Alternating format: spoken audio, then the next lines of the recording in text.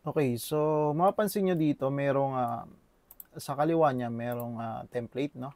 So actually itong template na ito ay para lang sa 1:100, no? So itong katabi niyang box, ito yung tinatawag ko na papers drawing space, no?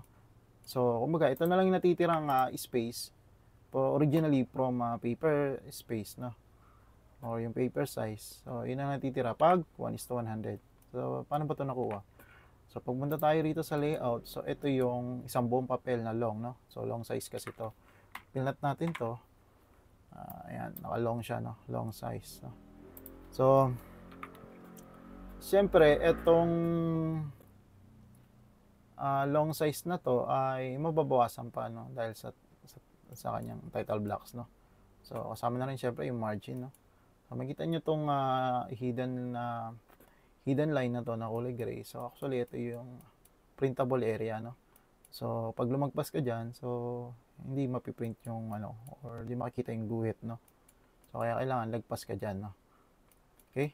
So paano natin nakuha 'yon? So iti-trace lang natin to, itong blue na to, no? So rectangle. So trace natin mula dito hanggang rito sa kanto. Then Control X or cut natin. Tapos dadaling ko siya sa model. So pag dinala mo siya sa model, maliit siya. So actually kasi 1:1 yan. Ito. So ito yung mismong actual size ng papel na 1:1, no? So pag nung siya dito, so dahil ang scale na to ay 1:100, ayan. So gagawin natin ay lagyan ko nga ng ano yung ano ko. Ano ba ito lagyan ng remote ako na. Sige, huwag na lang. So scale natin to ng 1:100. So SC. Then 100. Ayan. So move. Ayan. So pagka nilagay ko yan sa katabi, so mapapansin nyo, sinlaki yan. So siya mismo yung drawing space pang 1:100. So ano ba silbi nito?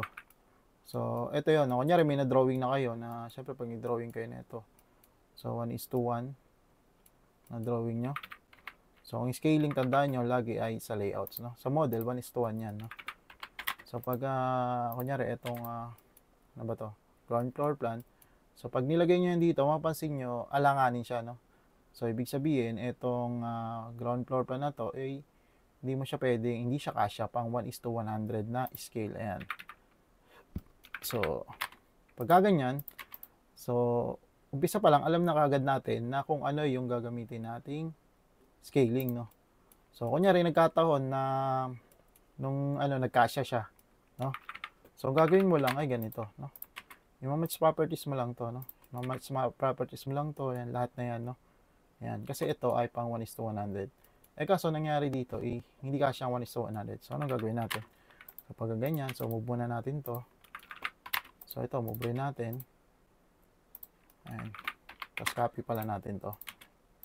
So gagawa tayo ng, move ko na lang rin to para hindi masyadong kalapit. So gagawa ko ng next scaling niya. So sabihin na natin 1:125, no? So yung mga ano, no, mga inaalaw lang na scaling. So hindi rin tayo pwedeng mag ano yan, kunyari 1:105 ganyan, hindi pwede, no? So kailangan meron tayong susunod. Naka-standard pa rin yung mga scaling natin. So kung kasunod ng 1:100 is 1:125. Tapos kasunod din is 1:150, no? Siguro naman sa 1:125 baka kasya na to. So try nga natin. So anong gagawin natin? So syempre scale natin to. SC. Yan. Tapos ito na ginamit kong base point. Then R or reference. Then ang reference ko kasi nga from 1:100, so 100 nagiging 1:25. So 125 type ko. Ayan.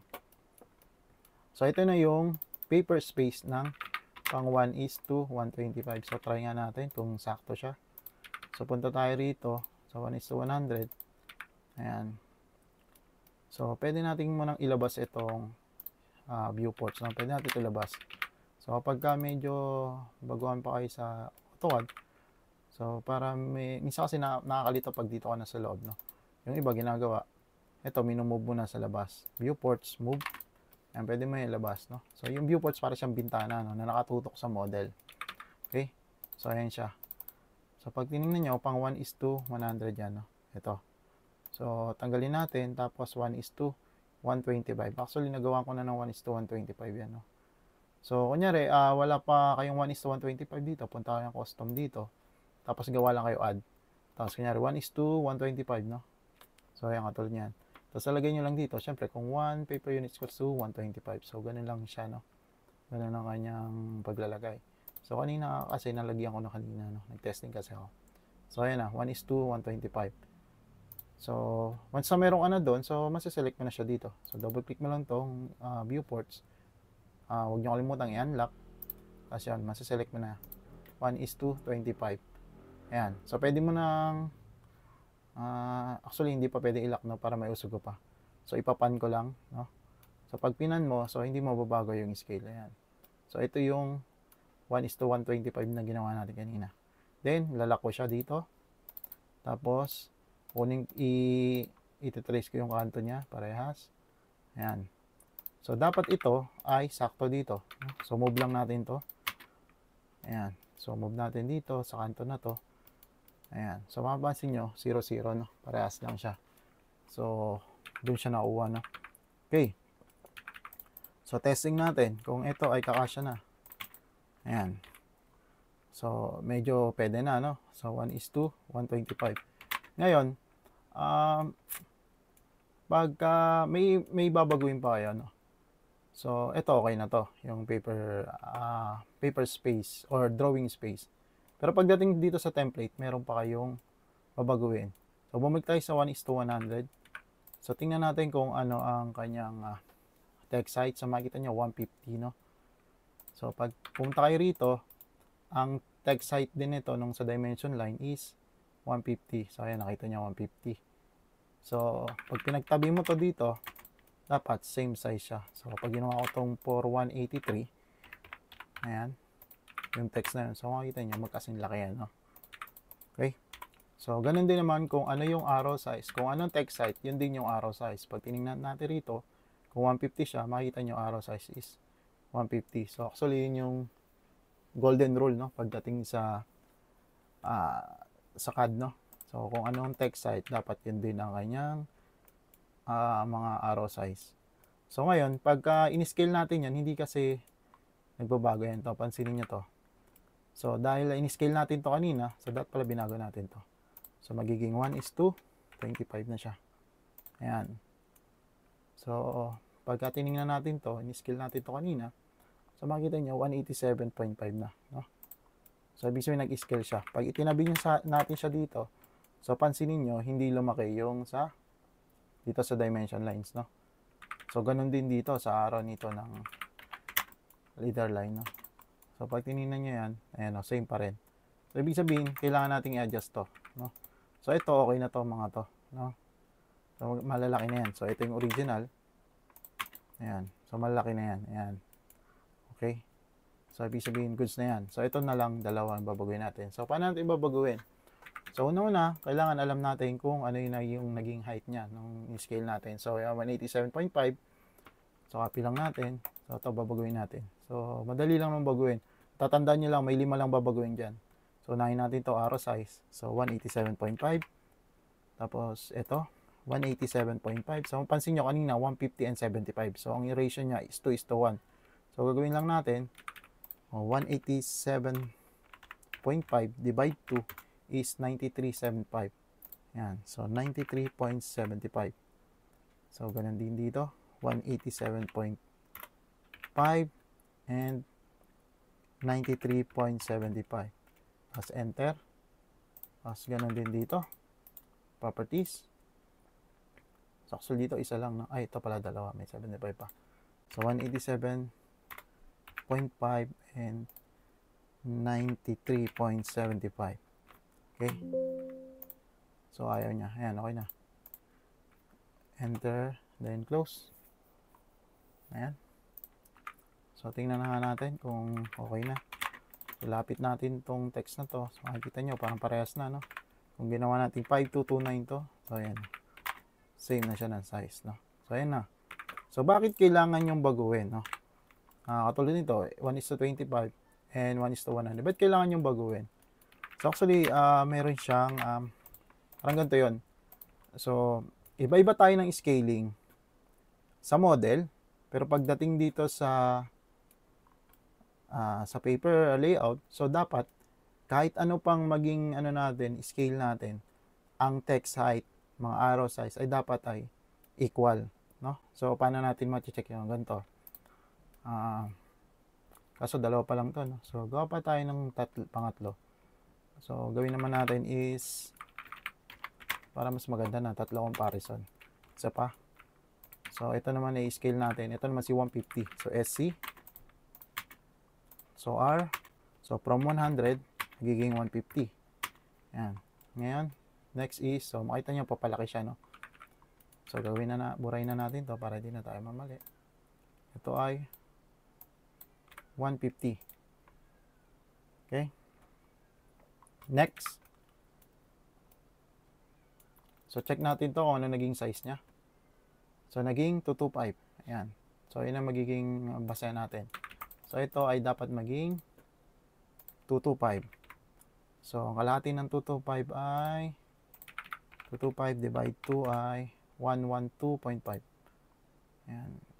Ito, 225 112.5. Tama. So ito pa. 225 112.5. Okay. Close. Tapos ito. Ayan. 225 and 122. Aba? 112.5. Tama ba? 112.5. Okay. Para mali yung dito. 112 ba ginawa ko? 225, 112.5. So, dito na 5. O, ayan. 225, 112. Tama naman. Ayan. So, paras na yan. Testing. So, pag ginawa ko tong 6275, ayan. So, dapat same na same yan. Ayan. Okay. Okay. So, meron na tayong tatlong scaling. 1:100, 1:125, saka 1:150. So, gagawin natin mula dito sa viewports. Wala yung viewports yata dito.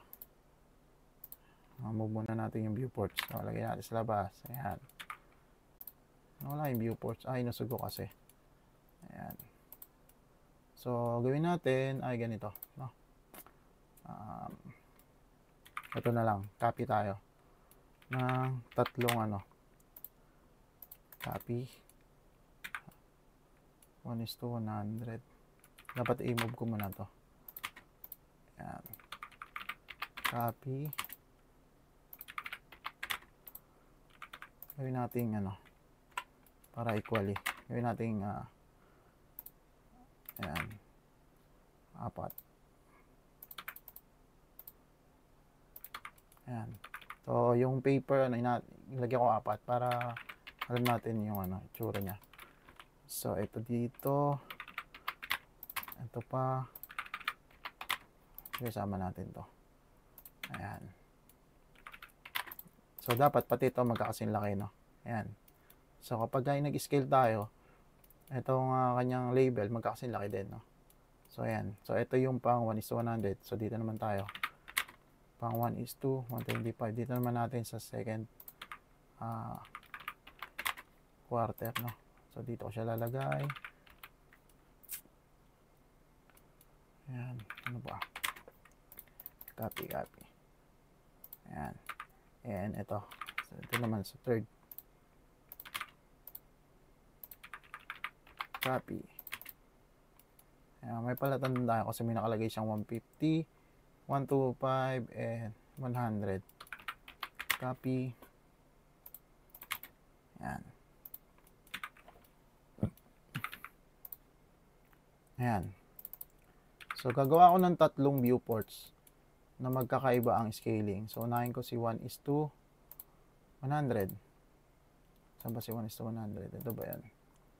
O, yan. Siya nga. So, syempre, select ko siya. Tapos, baguhin ko to. Scaling niya is 1:100. Ano siya? Ito. So, then, lock ko. Ayan. So, ito lang. I-trace ko yung ano lang niya. Kasi ito, ano ba to? Other points yan. So, lagay ko na to. So, ito yung one. Pagtabi-tabi muna natin.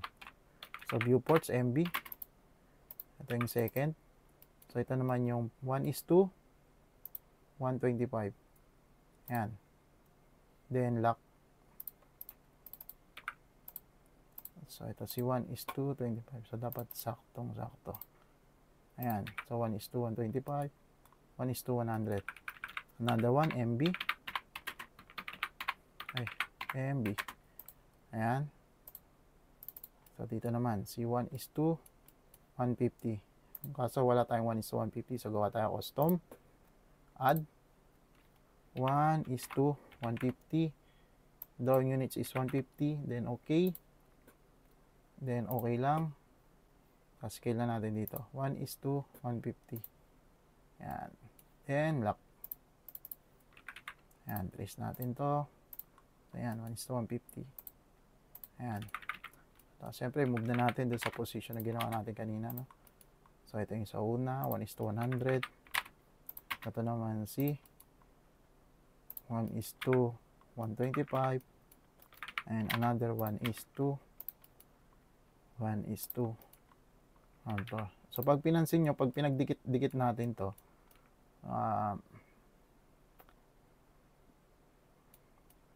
saan natin pagdidikit? Kunyari dito. Pag dikit-dikitin natin to. Ayan, yung dikit na dikit. Ayan. Copy ko tong isa. So, mapansin nyo, kasing papalaki yan, no? Ayan. Ayan, no? Move. So, ayan siya. So, kita naman na hindi sila magkakasing laki, no? Ayan. Ngayon, dito, ginawa natin, base sa scale nila, 1:100, 1:125, and 1:150. So, gumawa tayo ng tatlong viewports, no? Ito yung una, 1:100. Second viewports, 1:125. And third viewports is 1:150. So, tingnan nga natin kung ano yung picture niya. So, preview natin. So, mapansin nyo, kita naman, no? Magkakasing laki. Same din ang mga text niya. Ayan. Ayan. So, dito pa lang pansin niya, no? O, ayan. Yung ground floor plan pare-parehas. So, ito yung 1:100, 1:125, at ito naman si 1:150. So, yun yung silbi nun, no? So, ibig sabihin, kahit anong scale ang gamitin nyo, pagdating sa printing, magkakasing laki ng text niya, ng text, yung mga label, no? Yung mga arrow. So, yung mga ganyan, no? So, dapat same lang, no? So, yun yung silbi nun. Kumbaga, naka-uniform, no? Ayan. So, pagka ito ginamit nyo, syempre, pagka gumawa tayo ng another, kunyari, umabot ng viewports. Ayan. Syempre, pag ito na ginamit natin, so, automatic yan, ano yan. So, kaya gawin natin 1:100. Ayan. So, ganyan talaga siya.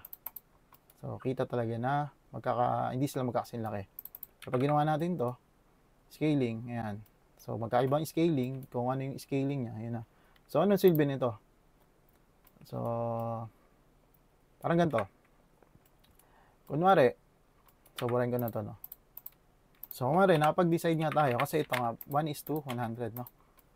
Ayan. So, hindi siya kasya doon. So, gagamitin natin is 1:125. So, gagawin natin, dahil dito siya kasya, kakopy mo lang to. Yung template niya, no? So, ito, 1:125 na. Tapos, syempre, ito, alanganin na to, no? So, gagawin natin, buburahin na natin yan. Or, pwede rin namang scale mo na lang, no? So, ano ba yung scale nito? DLI, or, kasi ito, galing 100, gagawin mo 125. So, pwede rin SC, R100 magiging 125. Ayan. So, pag tinignan nyo, magkasing laki na yan. Ayan. So, mas mabilis yun. SC. Ayan.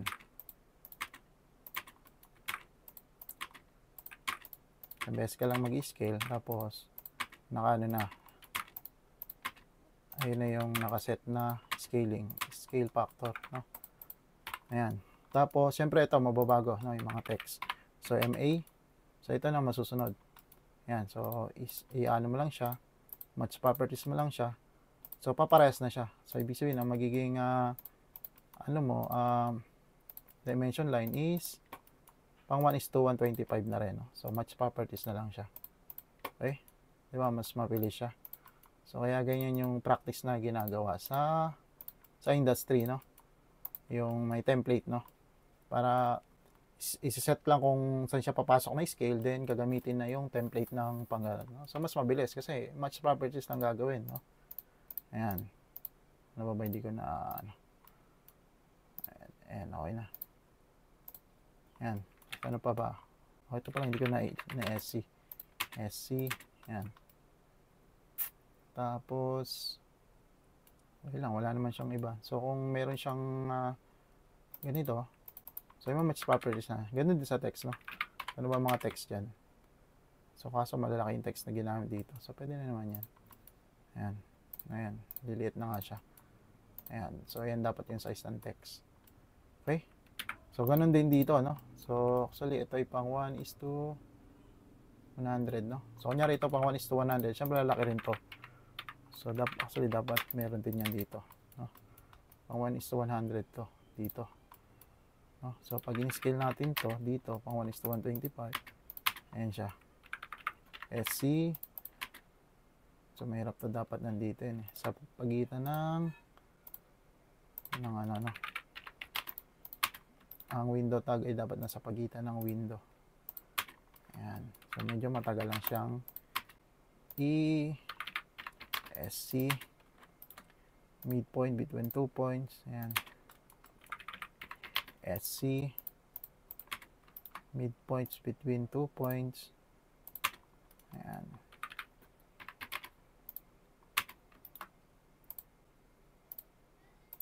Ayan. Ito, dami pala. SC.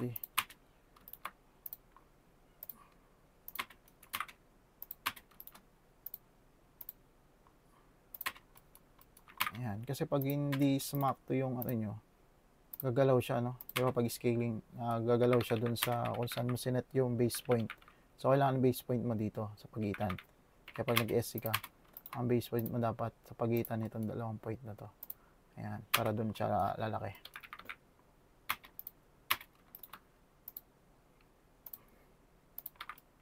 So, ayan lang, no?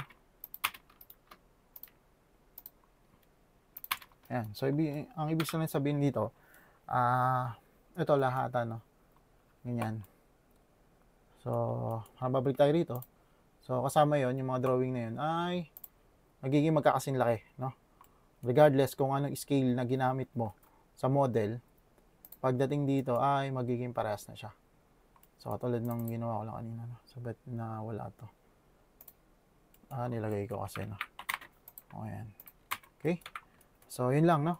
Yun lang ang lesson ko para dito. Ngayon, kung may mga wala pa kayo, so kayo nang bahala. At least, tinuruan ko na kayo tatlo na yan, no? So, kung gagawa kayo kunyari ng 1:150,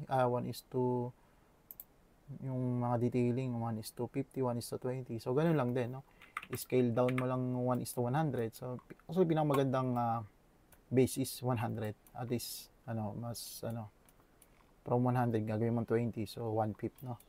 Parang ganun. So, pwede rin man to. So, mag-aano ko naman SCR, no? Okay? So, yun lang. Sana natuto kayo. Thank you.